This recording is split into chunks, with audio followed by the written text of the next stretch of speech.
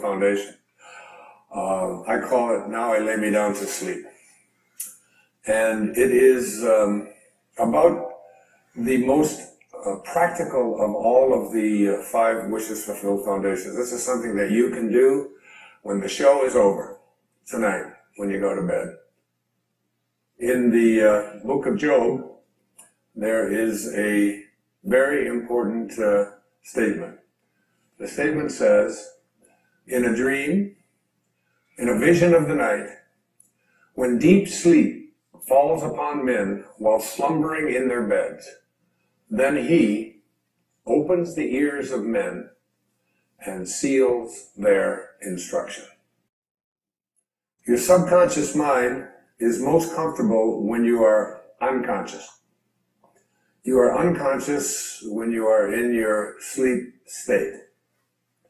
And in your sleep state, your subconscious mind is busy at work.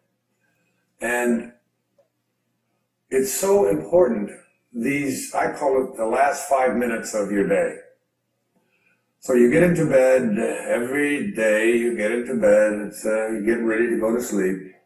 And you are now you're in that state between being awake and being asleep, where you're getting drowsy, and you are going to marinate for the next 8 hours in your unconscious, subconscious mind.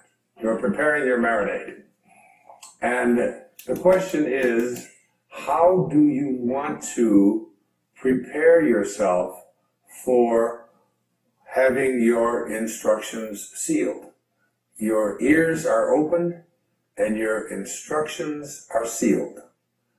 So most people use the last 5 minutes of their day as they're about to enter into sleep to review all of the things that they don't like, and all of the things that didn't work, and all of the people that hurt their feelings, and all of the stuff that is going on in their life that they wish weren't happening. This is their worry time.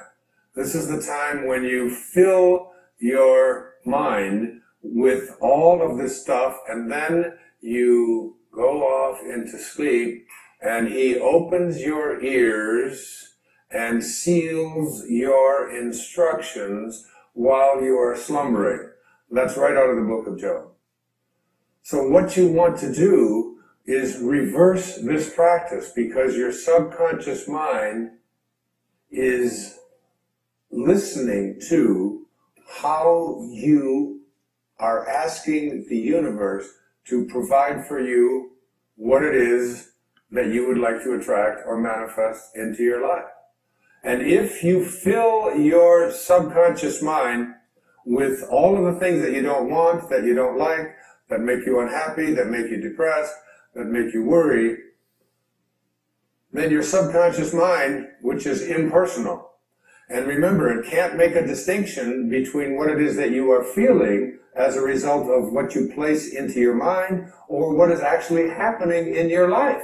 It doesn't distinguish one from the other. It's totally impersonal. It's just open to suggestion. And here you are suggesting to your subconscious mind, which will, when you awaken, you will align with the universal subconscious mind, the one mind. There's millions of people out there in the world. There's millions of you watching this program.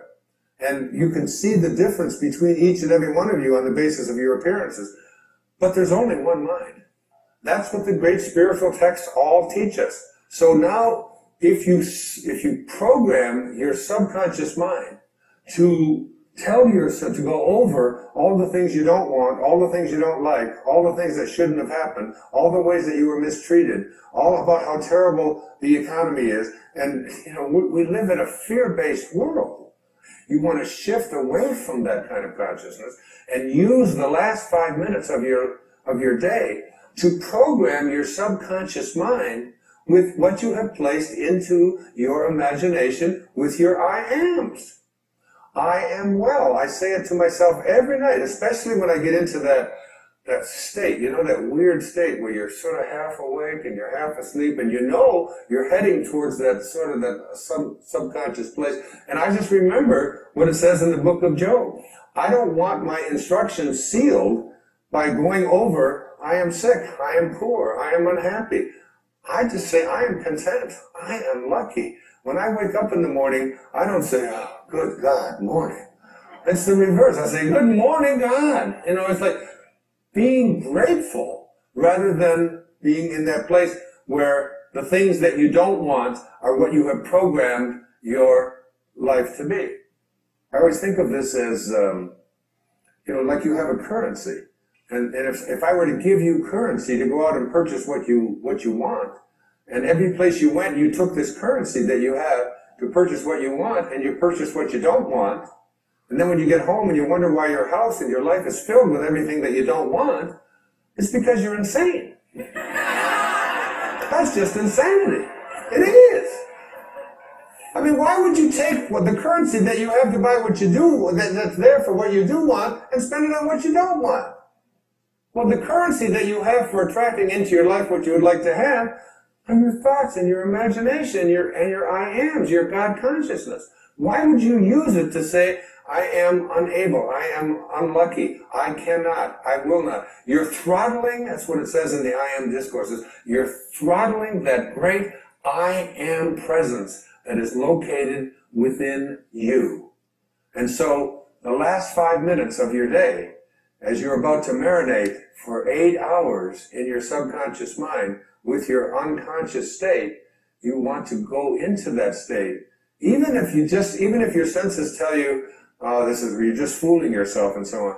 You don't want to use your senses and the internet and other people's opinions, what you see, what you hear. You want to let go of all of that and recognize that anything that you want to attract or create for yourself in your life begins with what you have placed in your imagination and have assumed the feeling of that wish fulfilled, and now you're going to practice it because I've been trying to getting stuff out of your subconscious mind is a big job. It really is.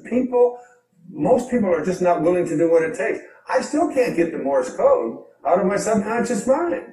I need to have a major deprogramming thing. There's that exercise. It's always there. But that's just harmless. What isn't harmless is, placing into your subconscious mind all the things that you're reviewing about what you don't like, about what didn't happen, about who mistreated you, about how sad you are, about how this can't happen. You are a creator. Neville put it this way. He said, the feeling which comes in response to the question, how would I feel were my wish realized, is the feeling which should monopolize and mobilize your attention as you relax into sleep. How would I feel were what it is that I would like to attract and create? And I don't care what it is, whether it's about the condition of your body, the disease state that you're in, the fact that you've been overweight for 3 centuries or 3 decades or whatever it is, the fact that you've been addicted, you ignore it. Even if you're drinking the coffee and doing the drugs and drinking alcohol or eating the sugar and so on, ignore what your senses tell you. Ignore what you see on the scale. Ignore all of that and say, I am sober. I am healthy. I am well-being. I am content.